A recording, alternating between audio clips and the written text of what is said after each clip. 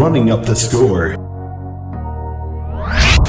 Jerry Napoleonello. This team has been on the clock for 4 months now. Why are we taking this down to the 4-minute mark? You know, you have 10 minutes here. 10 minutes here, but you've had 4 months. The dude's got 1,021 text messages that he hasn't read yet. Did we not notice that? Kevin Donlin. Bryce Harper's a great player. He's very, very talented. Aside from last year, but I blame myself. I'm pretty sure I'm the reason for that with fantasy baseball. That's disgusting. Wow. I can't believe that's real. I mean, again, I'm not. I shouldn't hate. I'm not going to be the kind of person that hates. No, He is doing enough hating for the both of us. As a Cowboys fan, the expectations are so high, and it's just, you're dug into the ground by the end of the season. You're basically like what the Patriots are, but like you try to do it, but you just don't. No. Yeah. At least the Jets, you know what I mean? They have excuses. This is Running Up the Score, your one-stop spot for all things sports. Now here's your hosts, Jerry Napoleonello and Kevin Donlin. Daryl Morey, the general manager for the Houston Rockets, basically put the NBA TV broadcasters on blast on, I think it was First Things First on Fox Sports with Nick Wright. He basically just came out, and we have the clip here, and we'll play it for you, but he went over the top on the broadcasters, and you say he's correct. And you know what? In a way, I feel the same way. When it comes down to it, and where he's correct is just, as a broadcaster, TV, you can see the play on the court. So for you to be able to make that even more exciting, that's your job. Can I ask you something? Did Nick Wright ever play basketball? Never. That's why he's not understanding this whole concept. Well, yeah, Nick Wright. Doug Gottlieb has played. We'll play the clip for a second. Yeah. Here's the clip of Daryl Morey on First Things First this morning. One thing I would change, too, is the fact that right now, if you tune in a lot of NBA telecasts, the announcers hate watching their own game. It's amazing to me. This is media bashing. No, Hold on a second. This I 1,000% agree with him. Yeah, you'll tune in. They'll be like, well, what's happening here? They're shooting too many three-pointers, back and... Hold on. They are. It's crazy. You watch an NFL broadcast and an NFL pre- and post-game show, and some people could say it's too much, but it is a celebration of the sport. Yeah. It is talking about the reason Tony Romo just got $1 million a game reportedly. 17 or something. Right, $1 million a game is because he is so excited to be there and so enthusiastic. And there is an element. It's not everyone, but there's an element of the people who are constructing the narrative while we're watching and right after we're watching that are just old men yelling at clouds. That are just saying it was better back in my day, or this isn't as good, or this isn't the way I like it. To which I say, I'm available, America. I love the game. There are plenty of guys like me. I think TNT just hired Adam Lefkoe. It's a great example of a guy who loves the game and is excited to talk about it instead of saying, here's where it should be better.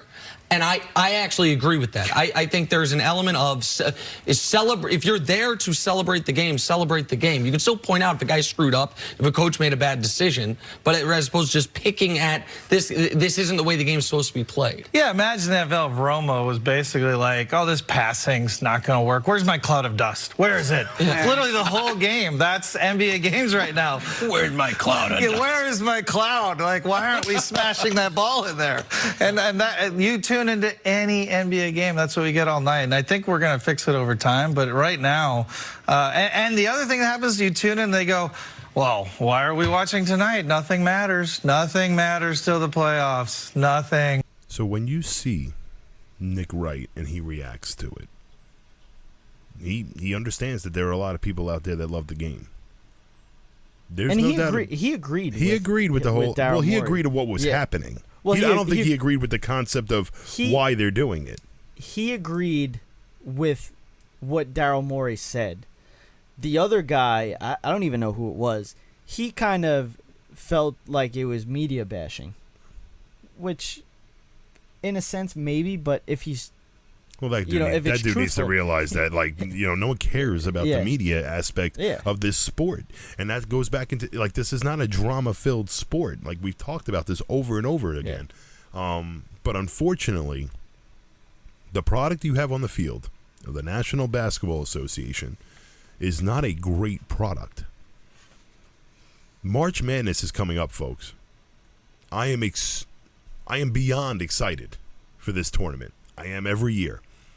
Because that is the game of basketball being played the correct way. Now, they talk about how these announcers were saying, oh, well, they're not playing the game right, they're not doing this right. Folks, I'm not here to watch, you know, and you know what, that's like the gray area of this, is that there are some people out there that think that the NBA and the National Basketball Association, I've only been to one NBA game my entire life, and it is a show. Mm-hmm. It's entertainment. It's a show. There's plenty of stuff going on in between timeouts and, you know, just different events, half-court shots, everything. Everyone's excited, you know, dancers, everything. It's an amazing product on that standpoint. But the actual basketball that I'm watching, it isn't basketball anymore. And now I grew up playing the game, and that's why I asked if Nick Wright ever played before. I'm sure I love the game of basketball too. But I played the game. And I know what it takes to win in that game, and what you need to do, how each player needs to have a role, and we went into it a little bit. But I don't think Nick Wright understands that, yeah, if a guy isn't doing what they're supposed to be doing on the court, just the same way Tony Romo would tell you that, this, you know, he made the comparison with Tony Romo and how he's highly energetic for the games, and Tony Romo will not back away from anything negative that is said, because all right, this guy's got single coverage up top, and then all of a sudden the play goes off, and they don't wind up throwing it to him. He'll tell you. He'll let you missed. know, hey, man, you missed an opportunity right there. That's the same thing of what these NBA announcers are doing. You're taking it to a, you know, like a personal level because you love the NBA so much. Well, the product on the field, why do I keep saying the field? Well, I mean, if you really think about it, I mean, you have the baseball field, you have football field. So field. I had a 50-50 chance, but I'm messing this up. Yeah. You know, when it comes to, you know, when you're putting a good product on the field, on the court, when you put a good product on the court, you know, you want to watch it and you want to be able to get excited and enthusiastic for it. And maybe some of these guys don't belong there. I think that Van Gundy has probably been he's been an announcer for the National Basketball League for a very, very, very long time now, and he was a coach beforehand, and the Knicks. Yeah, exactly. And you know, Van Exel and all those guys. It was a long time ago. Yeah. And you know what? Whether he wants to be there or not, and trying to go into this whole, you know, trying to figure this out, it's really irrelevant. When it comes down to it, is that the NBA has got a bunch of teams that have all these superstars, and when they say the only games that count are the ones in the playoffs, it's the truth. Because the other night, I watched the New York Knicks knock off the Houston Rockets with all these all-stars on their team. Yeah. And then you could simply say, well, this game really doesn't matter. Well, that's basically the reason why this whole thing came up. I bet. Because, first of all, the Rockets are doing something that is out of the norm, I guess you could say, because they're going into each game and they're putting a small lineup. They don't have a big man. They don't.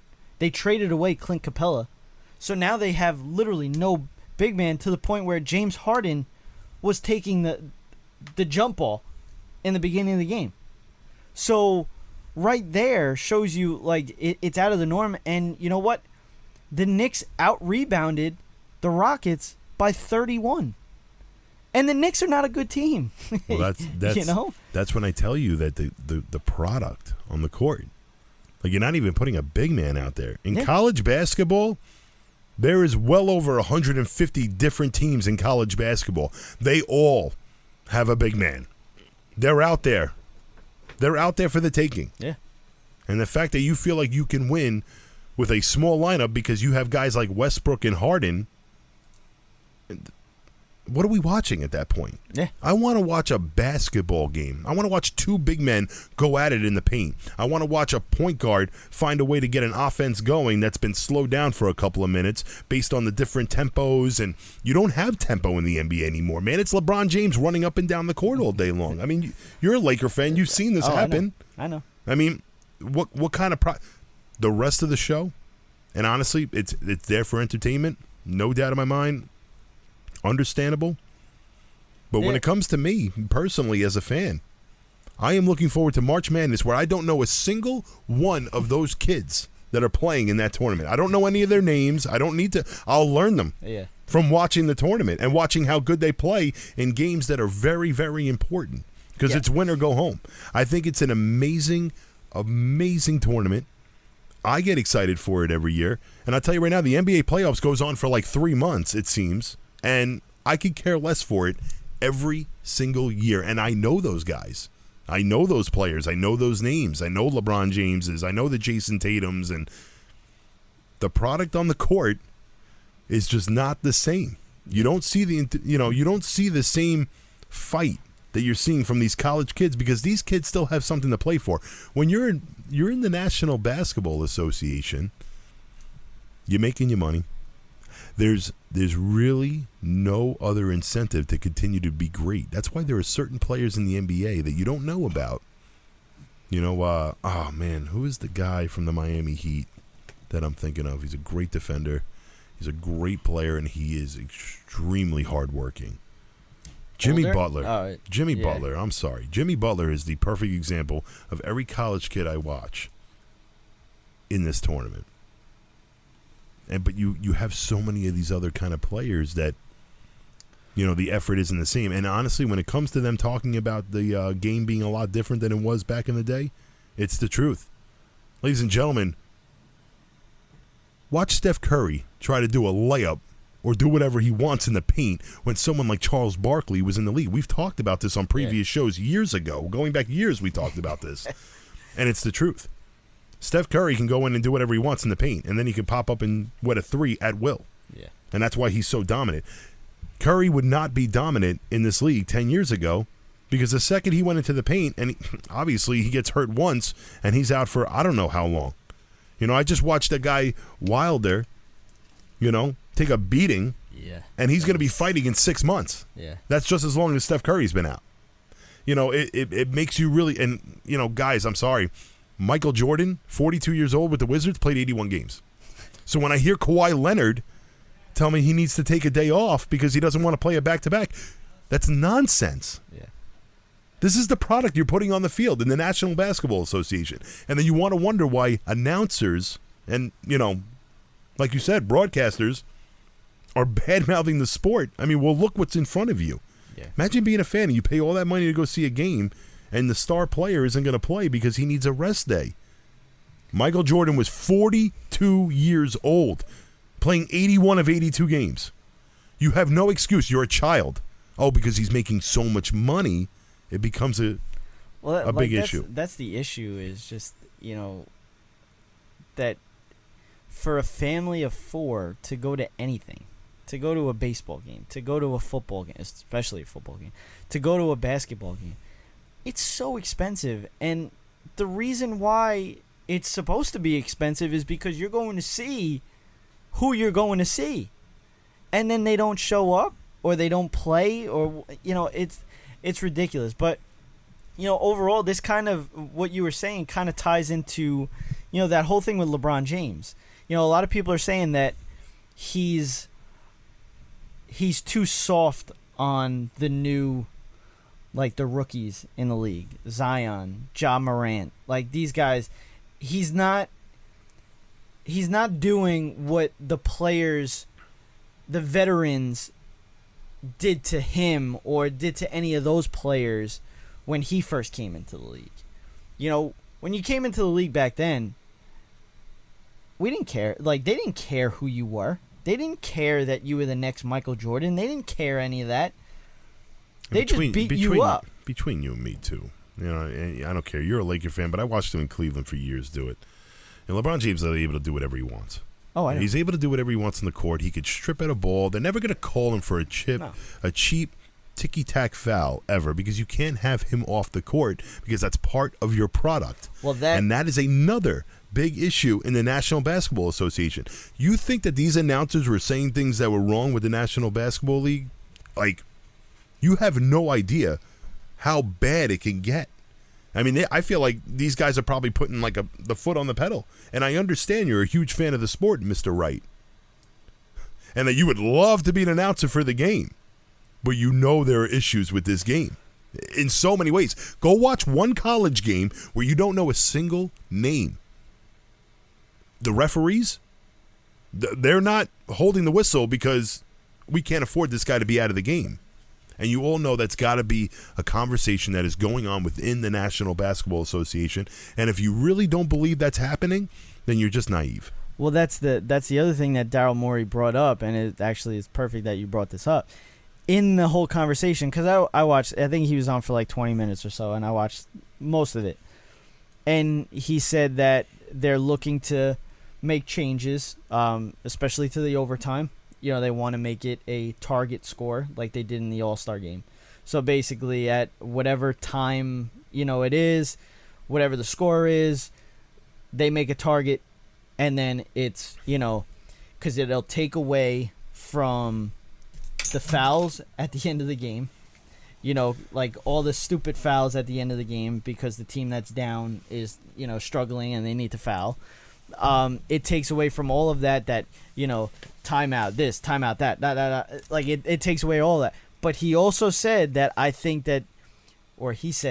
he thinks that they should look at the fouling out, that the players shouldn't have to foul out or shouldn't foul out, by saying, he's like, if you get up to a certain amount of fouls, then, the team gets a point or whatever it is. How about 3 free throws as opposed to 2? I mean, whatever you need to do to change this, but right now the product is really a big issue. He said, like, we can't be losing these great players and losing them off the court because of fouling out. The GMs meet every year. They're going to be meeting out. You think that's not a conversation? Oh, yeah, absolutely. Oh, I got this star player. I pay him $30 million. I don't need him fouling out. Yeah. So, and the referees are understanding of that, and not to mention the TV coverage. Oh, yeah. It all comes into play.